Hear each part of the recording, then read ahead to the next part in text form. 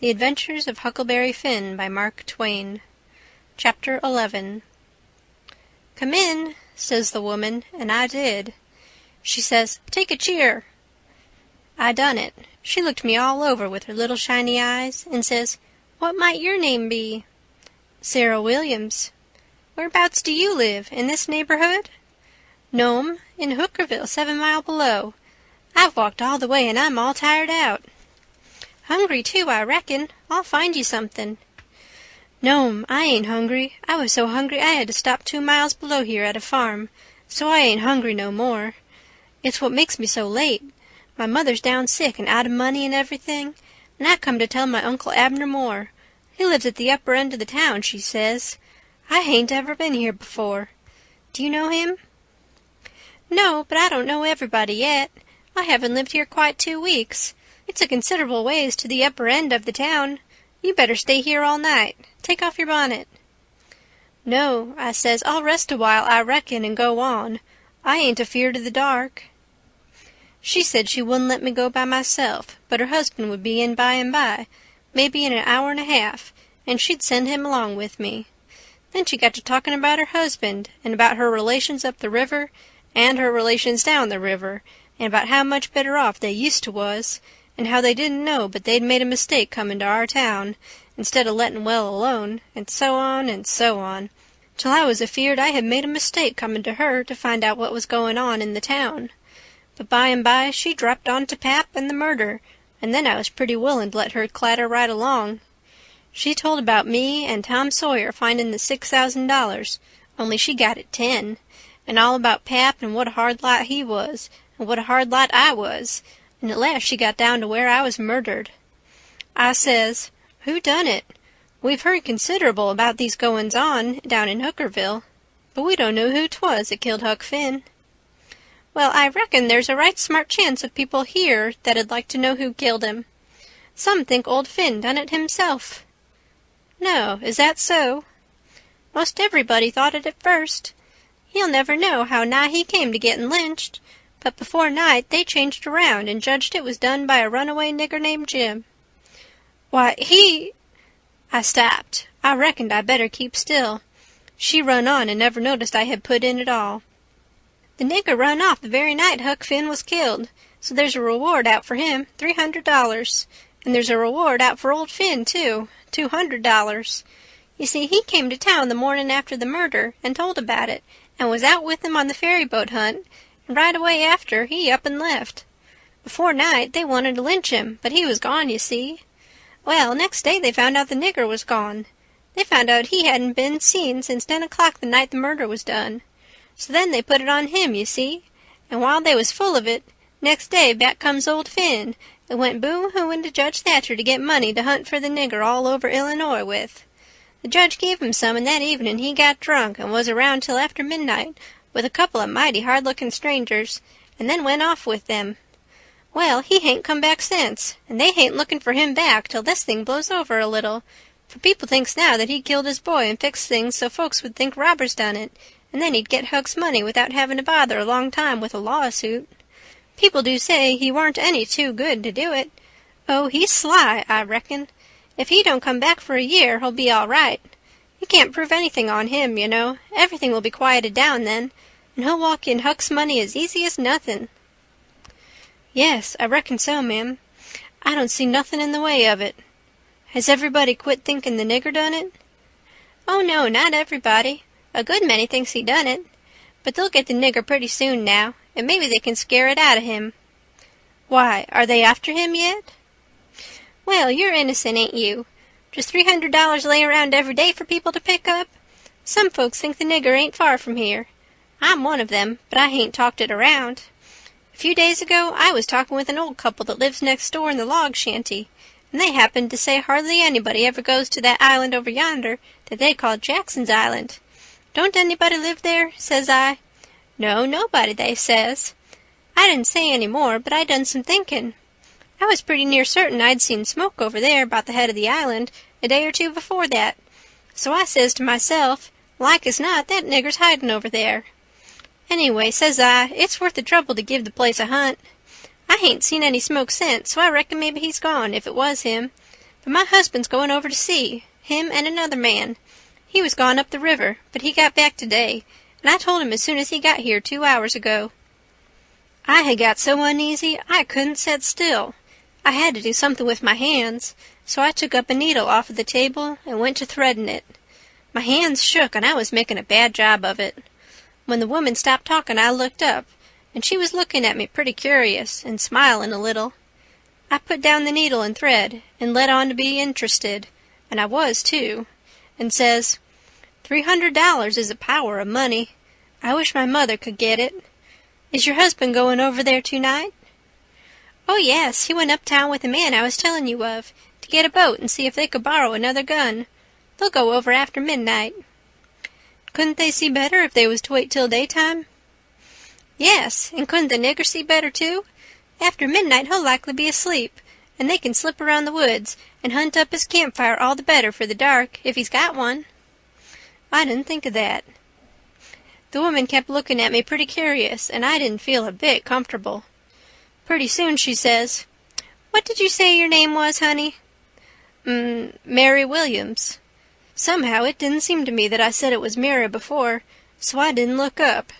Seemed to me I said it was Sarah, so I felt sort of concerned and was afeard maybe I was looking it too. I wished the woman would say something more.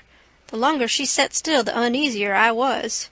But now she says, "Honey, I thought you said it was Sarah when you first came in." "Oh, yes'm, I did. Sarah Mary Williams. Sarah's my first name. Some calls me Sarah. Some calls me Mary." "Oh, that's the way of it?" "Yes'm." I was feeling better then, but I wished I was out of there anyway. I couldn't look up yet. Well, the woman fell to talking about how hard times was, and how poor they had to live, and how the rats was as free as if they owned the place, and so forth and so on, and then I got easy again. She was right about the rats. You'd see one stick his nose out of a hole in the corner every little while. She said she had to have things handy to throw at them when she was alone, or they wouldn't give her no peace. She showed me a bar of lead twisted up into a knot, and said she was a good shot with it generally, but she'd wrenched her arm a day or two ago and didn't know whether she could throw true now. But she watched for a chance and directly banged away at a rat, but she missed him wide and said, "Ouch!" It hurt her arm so. Then she told me to try for the next one. I wanted to be getting away before the old man got back, but of course I didn't let on. I got the thing, and the first rat that showed his nose I let drive, and if he'd have stayed where he was he'd have been a tolerable sick rat. She said that was first rate, and she reckoned I would hive the next one. She went and got the lump of lead and fetched it back, and brought along a hank of yarn, which she wanted me to help her with. I held up my 2 hands, and she put the hank over them, and went on talking about her and her husband's matters. But she broke off to say, "Keep your eye on the rats. You better have the lead in your lap handy." So she dropped the lump into my lap just at that moment, and I clapped my legs together on it, and she went on talking, but only about a minute. Then she took off the hank and looked at me straight in the face and very pleasant, and says, "Come now, what's your real name?" What, Mum? What's your real name? Is it Bill or Tom or Bob or what is it?" I reckon I shook like a leaf, and I didn't know hardly what to do. But I says, "Please don't poke fun at a poor girl like me, Mum. If I'm in the way here, I'll—" "No, you won't. Sit down and stay where you are. I ain't going to hurt you, and I ain't going to tell on you, nuther. You just tell me your secret and trust me. I'll keep it, and what's more, I'll help you. So'll my old man if you want him to. You see, there's a runaway prentice, that's all. It ain't nothing. There ain't no harm in it. You've been treated bad, and you made up your mind to cut. Bless you, child, I wouldn't tell on you. Tell me all about it now. That's a good boy." So I said it wouldn't be no use to try to play it any longer, and I would just make a clean breast and tell her everything, but she mustn't go back on her promise. Then I told her my father and mother was dead, and the law had bound me out to a mean old farmer in the country, 30 mile back from the river, and he treated me so bad I couldn't stand it no longer. He went away to be gone a couple of days, so I took my chance and stole some of his daughter's old clothes and cleared out, and I had been 3 nights coming the 30 miles. I traveled nights and hid daytimes and slept, and the bag of bread and meat I carried from home lasted me all the way, and I had a plenty. I said I believed my Uncle Abner Moore would take care of me, and so that was why I struck out for this town of Goshen." "Goshen, child? This ain't Goshen. This is St. Petersburg. Goshen's 10 miles further up the river. Who told you this was Goshen?" "Why, I met a man at daybreak this morning, just as I was going to turn into the woods for my regular sleep. He told me when the roads forked I must take the right hand, and 5 mile would fetch me to Goshen." "He was drunk, I reckon. He told you just exactly wrong." "Well, he did act like he was drunk, but it ain't no matter now. I got to be moving along. I'll fetch Goshen before daylight." "Hold on a minute. I'll put you up a snack to eat. You might want it." So she put me up a snack and says, "Say, when a cow's laying down, which end of her gets up first? Answer up prompt now. Don't stop to study over it. Which end gets up first?" "The hind end, Mum." "Well, then, a horse?" "The for'ard end, Mum." "Which side of a tree does the moss grow on?" "North side." "If 15 cows is browsing on a hillside, how many of them eats with their heads pointing in the same direction?" "The whole 15, Mum." "Well, I reckon you have lived in the country. I thought maybe you was trying to hocus me again. What's your real name, now?" "George Peters, Mum." "Well, try to remember it, George. Don't forget and tell me it's Alexander before you go, and then get out by saying it's George Alexander when I catch you. And don't go about women in that old calico. You do a girl tolerable poor, but you might fool men, maybe." "Bless you, child, when you set out to thread a needle, don't hold the thread still and fetch the needle up to it. Hold the needle still and poke the thread at it. That's the way a woman most always does it, but a man always does it the other way. When you throw at a rat or anything, hit yourself up a tiptoe and fetch your hand up over your head as awkward as you can, and miss your rat about 6 or 7 foot. Throw stiff-armed from the shoulder, like there was a pivot there for it to turn on, like a girl, not from the wrist and elbow with your arm out to one side like a boy. And mind you, when a girl tries to catch anything in her lap, she throws her knees apart. She don't clap them together, the way you did when you catched the lump of lead. Why, I spotted you for a boy when you was threading the needle, and I contrived the other things just to make certain. Now, trot along to your uncle, Sarah Mary Williams George Alexander Peters, and if you get into trouble, you send word to Mrs. Judith Loftus, which is me, and I'll do what I can to get you out of it. Keep the river road all the way, and next time you tramp, take shoes and socks with you.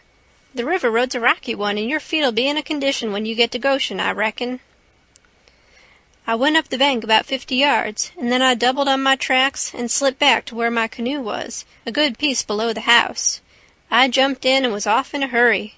I went upstream far enough to make the head of the island, and then started across. I took off the sunbonnet, for I didn't want no blinders on then. When I was about the middle, I heard the clock begin to strike, so I stops and listens. The sound come faint over the water, but clear. 11. When I struck the head of the island, I never waited to blow, though I was most winded, but I shoved right into the timber where my old camp used to be, and started a good fire there on a high and dry spot. Then I jumped in the canoe and dug out for our place, 1.5 miles below, as hard as I could go. I landed and slapped through the timber and up the ridge and into the cavern. There Jim laid, sound asleep on the ground. I roused him out and says, "Get up and hump yourself, Jim. There ain't a minute to lose. They're after us." Jim never asked no questions. He never said a word, but the way he worked for the next half an hour showed about how he was scared. By that time everything we had in the world was on our raft, and she was ready to be shoved out from the willow cove where she was hid. We put out the campfire at the cavern the first thing, and didn't show a candle outside after that. I took the canoe out from the shore a little piece, and took a look, but if there was a boat around I couldn't see it, for stars and shadows ain't good to see by. Then we got out the raft and slipped along down in the shade, past the foot of the island dead still, never saying a word.